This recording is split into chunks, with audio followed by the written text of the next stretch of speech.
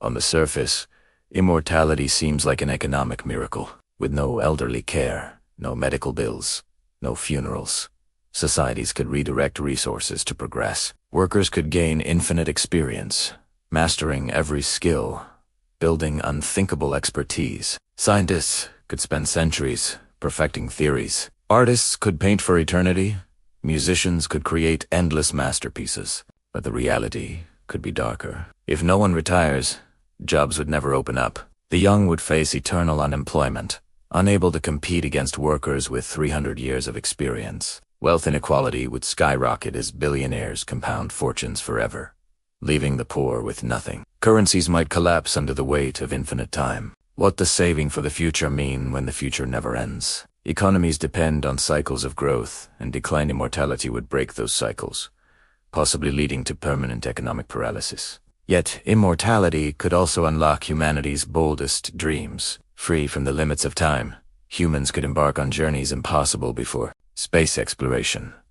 Traveling to distant stars could take centuries, but immortals would not care. Colonizing Mars, building cities on moons, even reaching other galaxies could become realistic. Knowledge accumulation. One mind could master medicine, physics, art, philosophy, becoming a walking library of human history. Civilization could leap forward in unimaginable ways. Art and culture.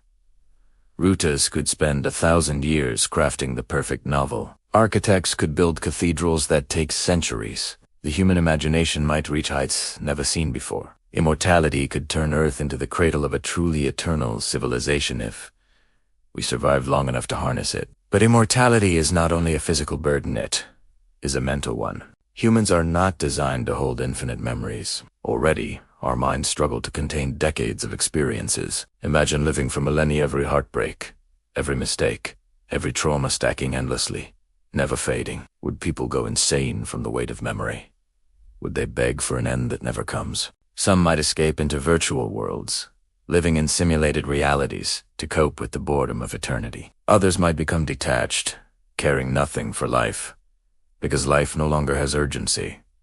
Death, painful as it is, gives life meaning. Without it, existence risks becoming empty, an endless loop, with no climax, no resolution, no point. Religion has always been tied to death. The promise of an afterlife, reincarnation, or spiritual continuation is a response to mortality. Remove death, and religion itself might collapse.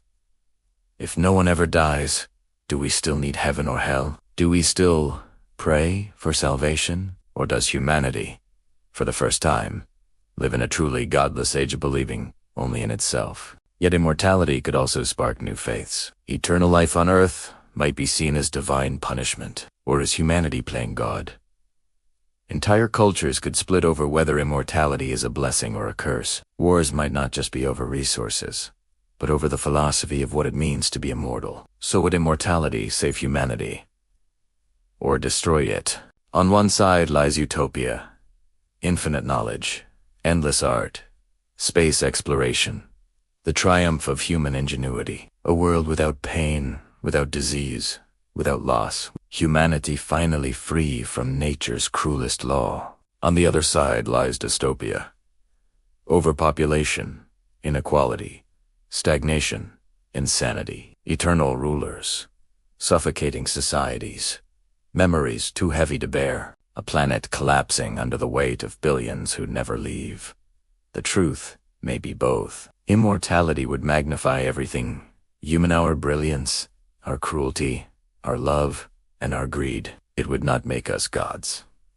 It would make us eternal humans, carrying our flaws forever. The question of immortality is ultimately a question about life itself. Death terrifies us, but it also shapes us. It forces us to act, to love, to create, to make choices while we can.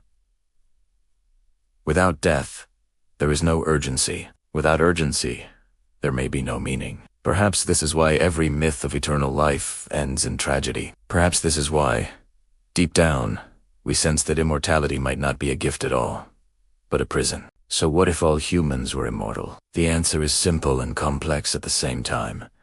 We would gain eternity, but risk losing everything that makes life worth living.